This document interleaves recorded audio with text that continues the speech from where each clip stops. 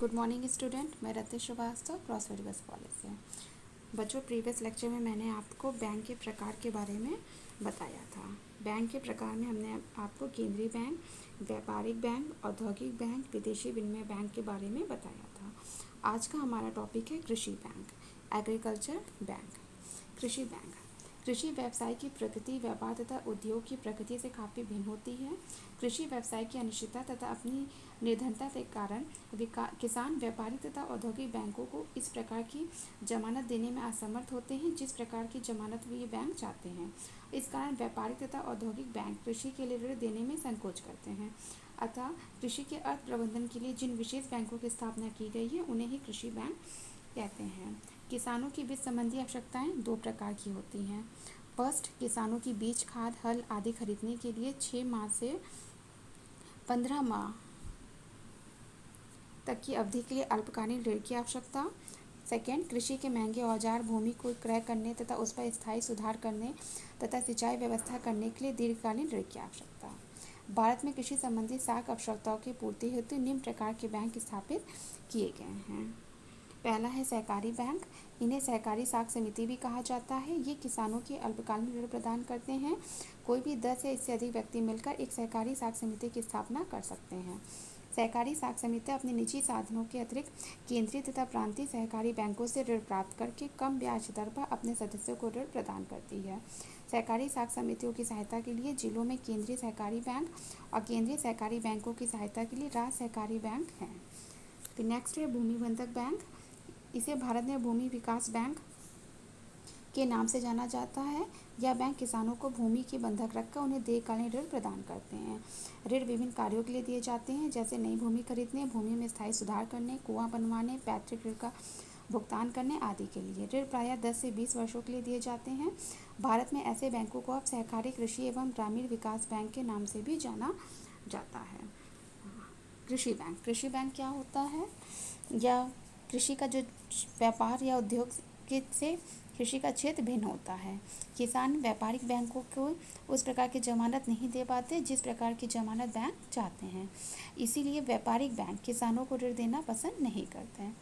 किसानों की सहायता के लिए विशिष्ट कृषि बैंकों की स्थापना की गई है, जिन्हें हम कृषि बैंक कहते हैं। ये बैंक क्या करते हैं? कृषकों को अल्पकालीन, मध्यकालीन तथा दीर्घकालीन तीनों प्रकार के ऋण प्रदान करते हैं। इसमें सबसे पहला बैंक आता है आपका सहकारी बैंक। इन्हें सहकारी साख समिति भी कहते हैं। ये किसानों को ज़्यादातर अल्पकालीन ऋण देते हैं। कोई भी 10 या उससे अधिक व्यक्ति मिलकर के सहकारी साख समिति की स्थापना कर सकते हैं। और फिर उसके बाद नेक्स्ट है भूमि बंधक बैंक। भूमि बंधक बैंक क्या होते हैं? इनको भूमि विकास बैंक के नाम से भी जाना जाता है। ये बैंक भूमि को बंधक यानी कि मॉर्गेज पर रखकर खेती के विकास के लिए दीर्घकालीन ऋण देते हैं। तो इन बैंकों द्वारा ट्रैक्टर, कृषि यंत्र को खरीदने, भूमि के सिंचाई के साधनों के विकास हेतु, पशुपालन के लिए ऋण प्रदान किया जाता है। फिर इसके बाद हमारा नेक्स्ट है बचत बैंक। जनता की अल्प बचतों को जमा करने के लिए पाश्चात्य देशों में पृथक से बचत बैंक स्थापित किए गए हैं। ऐसे बैंक प्रायः उधार देने का कार्य नहीं करते, बल्कि ये व्यापारिक बैंकों के सहायक के रूप में कार्य करते हैं। भारत में बचत बैंकों का कोई स्वतंत्र अस्तित्व नहीं है, बल्कि व्यापारिक बैंक ही बचत खातों का संचालन करते हैं। बचत बैंक क्या होता है? जनता की जो छोटी छोटी बचतें होती हैं उनको प्रोत्साहित करने के लिए बचत बैंक की स्थापना की जाती है। ये बैंक भी व्यापारिक बैंकों के सहायक के रूप में कार्य करते हैं। भारत में अलग से बचत बैंकों का कोई अस्तित्व नहीं है। ज़्यादातर व्यापारिक बैंक ही बचत खातों का संचालन करते हैं। फिर नेक्स्ट है डाकघर बचत बैंक। भारत तथा कुछ अन्य देशों में डाकघर जनता की अल्प बचतों को जमा करते हैं तथा उन पर ब्याज देते हैं। कोई भी व्यक्ति डाकघर में बचत बैंक खाता खोल सकता है। जमा राशि पर डाकघर ब्याज देते हैं। डाकघर ऋण प्रदान नहीं करते, क्योंकि इसमें जनता धनराशि का प्रयोग केंद्रीय सरकार द्वारा किया जाता है। डाकघर बचत बैंक क्या होता है? भारत में डाकघर जनता की अल्प बचतों को बढ़ावा देते हैं। कोई भी व्यक्ति डाकघर में बचत बैंक खाता अपना खुलवा सकता है और अपनी बचत को डाकघर में जाकर के जमा कर सकता है, और इस जमा राशि पर डाकघर उनको ब्याज भी देती है। नेक्स्ट है विनियोग बैंक।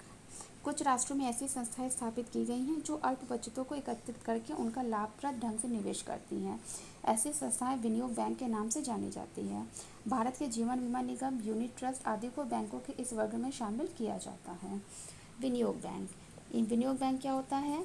कुछ राष्ट्र में मतलब ऐसी संस्थाएं स्थापित की जाती हैं जो लोगों की अल्प बचतों को एकत्र करती हैं, उनका लाभप्रद ढंग से निवेश करती हैं।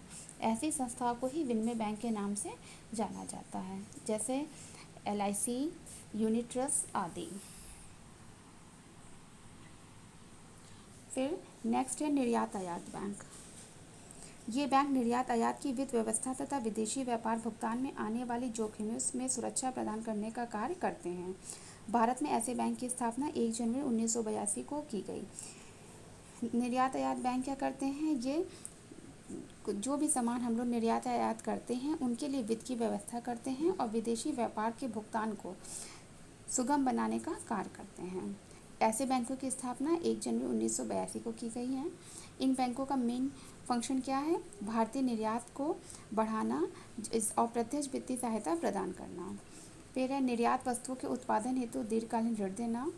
थर्ड, निर्यात विपणन के लिए ऋण देना। फोर्थ, पुनः ऋण की सुविधा देना। फिफ्थ, देश के निर्यातकों को गारंटी के रूप में सुविधा देना। फिर नेक्स्ट है राष्ट्रीय आवास बैंक।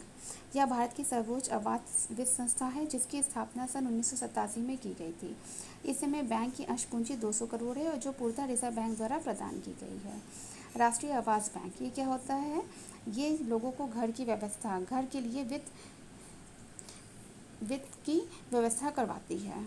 इसकी स्थापना 1987 में की गई थी और इस बैंक की अंश पूंजी 200 रुपये करोड़ है जो कि रिजर्व बैंक द्वारा दी गई है। इस बैंक के उद्देश्य क्या होते हैं? क्षेत्रीय तथा स्थानीय स्तरों पर आवास वित्त संस्थाओं का प्रवर्तन तथा उनकी स्थापना तथा अनुसूचित बैंकों तथा आवास वित्त संस्थाओं को वित्तीय तथा अन्य सहायता प्रदान करना। फिर इसके बाद हमारा नेक्स्ट है प्राचीन देशी बैंकर। यह पद्धति भारत में प्राचीन काल से प्रचलित है। देशी बैंकर में वे महाजन, साहूकार तथा अन्य व्यक्ति सम्मिलित हैं जो ब्याज पर ऋण प्रदान करते हैं। इन्हें भिन्न भिन्न नामों से जाना जाता है, जैसे चेटी, मारवाड़ी, सेठ आदि। देशी बैंकर सामान्यतः ऊंची ब्याज की दर पर ऋण देते हैं। इनका ग्रामीण वित्त व्यवस्था में महत्वपूर्ण स्थान है। देशी बैंकर प्रायः किसानों, मजदूरों, कारीगरों और छोटे व्यापारियों आदि को ऋण देते हैं।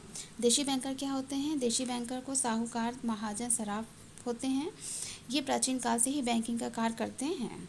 ये अपना रुपये उधार देते हैं और जनता से रुपये उधार नहीं लेते हैं। इन्हें अलग अलग स्थानों पर कई अलग अलग नामों से भी जाना जाता है, जैसे चेटी, मारवाड़ी, सेठ आदि।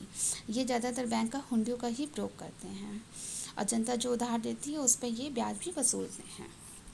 इसके बाद बच्चों हमारा नेक्स्ट टॉपिक है बैंकों का महत्व, जिसे हम नेक्स्ट लेक्चर में डिस्कस करेंगे। थैंक यू बच्चों।